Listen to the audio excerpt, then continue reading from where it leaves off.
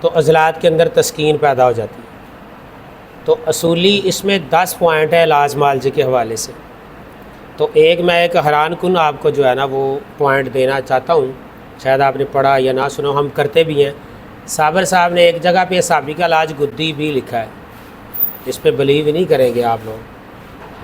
میرے پاس کتاب ہے، اگر دیکھنا چاہے تو میں اس کا وہ پیجز کے حوالے سے آپ کو تصویر شیئر کروں گا۔ اور اعصابی کا علاج گدی لکھا ہے، گدی کا علاج عضلاتی لکھا ہے، اور عضلاتی کا علاج آپ نے اعصابی لکھا ہے۔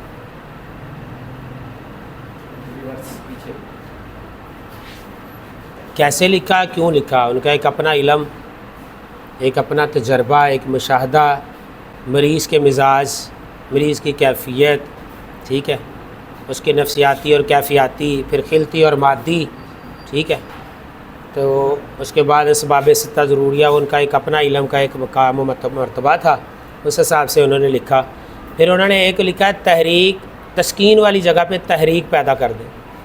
جب تسکین والی جگہ پہ تحریک پیدا کریں گے، وہاں پہ جو مٹیریل رک کے وہاں کے اعضائے رئیسہ کو خراب کر رہا تھا، جس میں اعصاب کے اندر جب تحریک ہوگی تو غدد میں تحلیل ہوگی، عضلات میں تسکین ہوگی، تو اس میں آپ یہ سارے مسائل نہیں پیدا ہوگی۔ مثال ہے، اس میں ٹائپ 1 شوگر ہوگی، جب خون میں الکلائڈ یا اس کے بعد بلغمی رطوبات یا یہ کھاری پن بہت زیادہ ہو جائے گا تو دل کی حرکات جو ہے نا وہ سست ہو جائیں گی،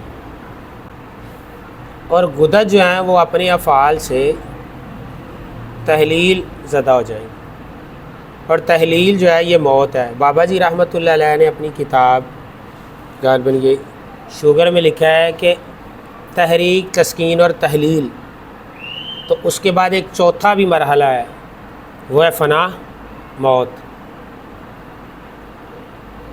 بعض کا مرض پیدا ہوتا ہے تحریک کی شدت کی وجہ سے۔ مثال ہے کہ صاحب کے اندر جب تحریک شدت کے ساتھ پیدا ہوئی تو اس نے رطوبات انتہائی پیدا کر دی، آگے جو غدد نے اخراج پانی تھی وہ نہیں ہو پائی، حالانکہ اخراج کا تعلق تو صاحب کے ساتھ، اس نے تو فلٹریشن کر رہی ہے، تو پیدا کا تعلق جو ہے وہ عضلات کے ساتھ۔ یہ ایک اور لاجک ہے، جس طرح پیشاب کا کہتے ہیں عضلات پیدا کرتے ہیں، غدد صاف کرتے، صاف خارج کرتے ہیں، لیکن کل اخلاط یولد فی القبض، جتنے بھی یہ قرورہ جات ہم دیکھتے ہیں اس کا رنگ کا امتیاز بھی جگر کے اندر ہوتا ہے، نریٹ، ٹھیک ہے۔ تو اس کے بعد جب تحریک شدت کی ہوئی تب بھی مرض پیدا ہو گیا۔ اگر تحلیل شدت کی ہوئی، مثال ہے کہ مریض کو جو ہے نا وہ گردے فیلور ہو گئے، تو گردے فیلور فوری نہیں ہوتے، ایک ہوتا ہے ایکیوٹ اور ایک کرونک۔ ایکیوٹ میں آپ نے کوئی ایسی ادویات استعمال کی، اینٹی بائیوٹک کی، پین کلر کی، کوئی فوری ہارڈ قسم کی اسٹیرائڈ استعمال کی، یا کوئی حادثہ ایسا پیش آ گیا، یا ڈی ہائیڈریشن بہت زیادہ ہو گئی، یا خون بہت زیادہ حادثے کی شکل میں، ضربے کی شکل میں چوٹ لگی، بہہ گیا، یہ ہے ایکیوٹ آنن فانن۔ اس سے یہ بڑا بہت جلد جو ہے نا وہ کیوریبل ہے۔ جو کرانک ہے اس کے پیچھے ایک پورا پروسیس چلتا ہے، یہ ہارٹ اٹیک بھی ہے، یہ بھی ایک پروسیس کے ساتھ ہوتا ہے، کڈنی فیلور بھی ایک پروسیس کے ساتھ ہوتے ہیں، لیور فیل بھی ایک پورا پروسیس ہوتا ہے۔ تو وہ جن دوست میں احباب ڈاکٹر صاحب کا بات ذکر خیر کر رہا تھا، تو کڈنی فیلور کے ضمن میں یہ آ گیا، شوگر ٹائپ 1 جو ہے کڈنی فیلور، اس میں ہوتا ہے جو ہے وہ جب بلغمی رطوبات زیادہ ہو جاتی ہے تو یہ kidney failure first type of sugar ہے، ڈائبیٹک ٹائپ 1، اس میں بلغمی رطوبات زیادہ ہو جاتی ہے۔ تو بلغم کو مینیج کریں، اس میں جب عضلات کو تحریک دیں گے، عضلاتی چیزیں دیں، عضلاتی نسخہ جات دیں، لیکن خدارہ یہ سمجھیں کہ مریض کا مزاج کیا ہے۔ سب سے پہلے مریض کے مزاج کو دیکھیں، اس کے نفسیاتی اور کیفیاتی، یہ نفسیات اور کیفیاتی، اس کے بعد اس کا خلطی اور مادی طور پہ جو ہے عضو کون سا متاثر ہے، عضو کے سارے ایلیمنٹ کیمیاوی طور پہ خون کے اندر کس خلط کا غلبہ ہے۔ آخر جگر میں صفرا بھی پیدا ہو رہا ہے، صداع بھی پیدا ہو رہا ہے، بلغم بھی پیدا ہو رہا ہے، خون بھی پیدا ہو رہا ہے۔ خون کے اندر جس چیز کی زیادتی ہوگی وہ اس کے ریلیونٹ اعضاء کو ڈسٹرب ہوگی۔ کبھی یہ نہیں ہوگا کہ صفرا بڑھا اور اس کے بعد صفرا بہت زیادہ بڑھ گیا اور آپ کو جناب اسہال شروع ہو گیا، صداع بہت زیادہ بڑھ گیا اور آپ کو جناب وہ پانی کی طرح الٹیاں آنی شروع ہو گئی۔ اور بلغم بہت زیادہ بڑھ گئی اور آپ کا پیشاب جو ہے نا وہ جل کے آ رہا، قطرہ قطرہ آ رہا، تھوڑا تھوڑا آ رہا. حالانکہ یہ ہوتا بھی ہے، الکلائڈ جب بڑھ جاتی اس میں یہ بھی ہوتا بھی ہے، لیکن یہ ایسا ناممکن ہے، ایسا ہوتا نہیں ہے، کیونکہ یہ اللہ کی فطرت کے خلاف ہے کہ کوئی خلت بڑھی اس نے اپنے ریلیونٹ اعضاء کو ڈسٹرب کرنا ہے، اس نے آپ کے ان ریلیونٹ اعضاء کو ڈسٹرب نہیں کرنا. مثال کے طور پہ یہ ہم لوگ سارے بیٹھے ہیں، وہ بھائی صاحب یہ کاکا جو کھڑا ہے ان کا مزاج صفراوی ہے، وہ آگے کاکا میرا بیٹھا ہوا ابو بکر صاحب ان کا بھی صفراوی، آگے حضرت بیٹھے ان کا بھی صفراوی، آگے سداوی ہے، پھر صفراوی، پھر صفراوی، پھر ان کا صفراوی، بھائی کا صفراوی، اس بھائی کا صفراوی، فہیم صاحب کا سداوی، فان صاحب کا صفراوی، وہ میرا کاکا اس کا صفراوی، حضرت کا صفراوی، بھائی کا سداوی، حضرت کا سداوی، ان کا سداوی، سلطان اکبر صاحب کا صفراوی، حضرت کا صفراوی، میرا سداوی. تو یہ سب سے پہلے ہم نے کیا کیا؟ مزاج نکال لیا. اب ہمارے لیے آسان ہوگی تشخیص میں. اب یہ نہیں ہوگا کہ وہ جو کاکا چلا گیا ہے اس کے حجم کو دیکھیں گے، اس کے جسم کی بناوٹ کو بھی دیکھنا. اس کا جب صفرا بڑھے گا خون کے اندر تو ہم کہیں گے اس کی آنتیں متاثر، اس کا جگر نہیں متاثر، اس کا دماغ نہیں متاثر، اس کا دل کا مسئلہ نہیں پیدا ہو سکتا. ہم کہیں گے اس کے 2 ایشوز پیدا ہو گئے. یہ بھی ابہام ہوتا ہے حکماء میں بہت زیادہ کہ وہ جو ہے نا جب تشخیص بتاتے ہیں تو کل علوم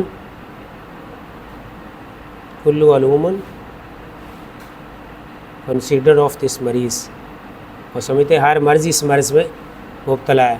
تو اس نے تحریک کے مرض کی بھی بتا دینے ہیں، تحلیل کے بھی بتا دینے اور تسکین کے بھی بتا دینے. حالانکہ ایسا ناممکن ہے.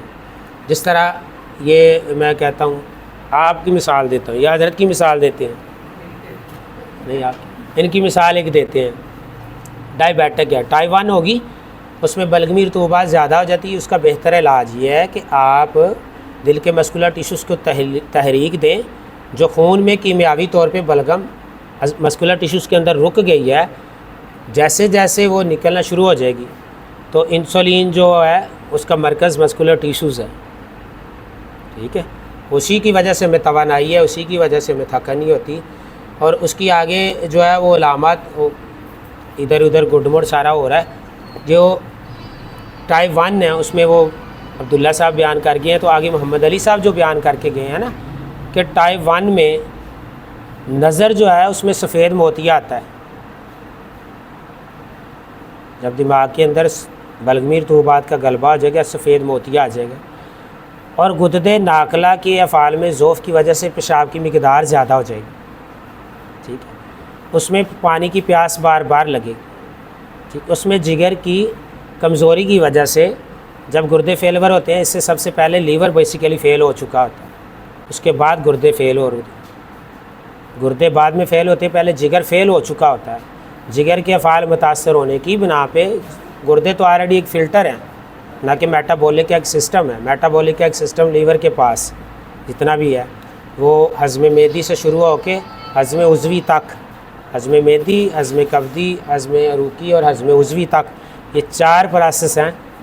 چاروں پروسیس کا تعلق جگر کے ساتھ، وہ کبھی قوت ماسکہ کے ساتھ، کبھی قوت جاذبہ کے ساتھ، کبھی قوت ہاضمہ کے ساتھ اور کبھی قوت دافعہ کے ساتھ.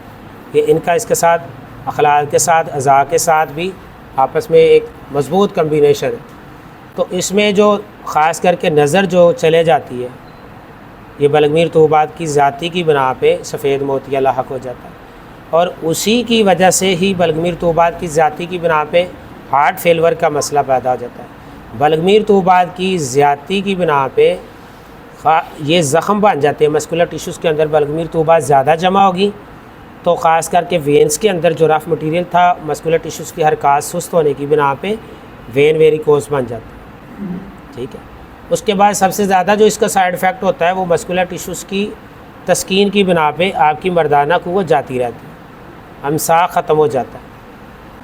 کیوں ہوتا ہے کہ جب گردے ویک ہو چکے ہوتے ہیں، مسکولر ٹیشوز کے اندر تسکین پیدا ہو جاتی ہے، دماغ کے اندر تحریک کی شدت ہو جاتی ہے، تو ایڈرینا میں جو ٹیسٹوسٹیرون کی ہارمون کی کمی ہے، جس سے ایجیکولیشن فریکشن ہے، جس سے امساک کی قوت ہے، وہ بالکل اختتام پذیر ہو جاتی ہے.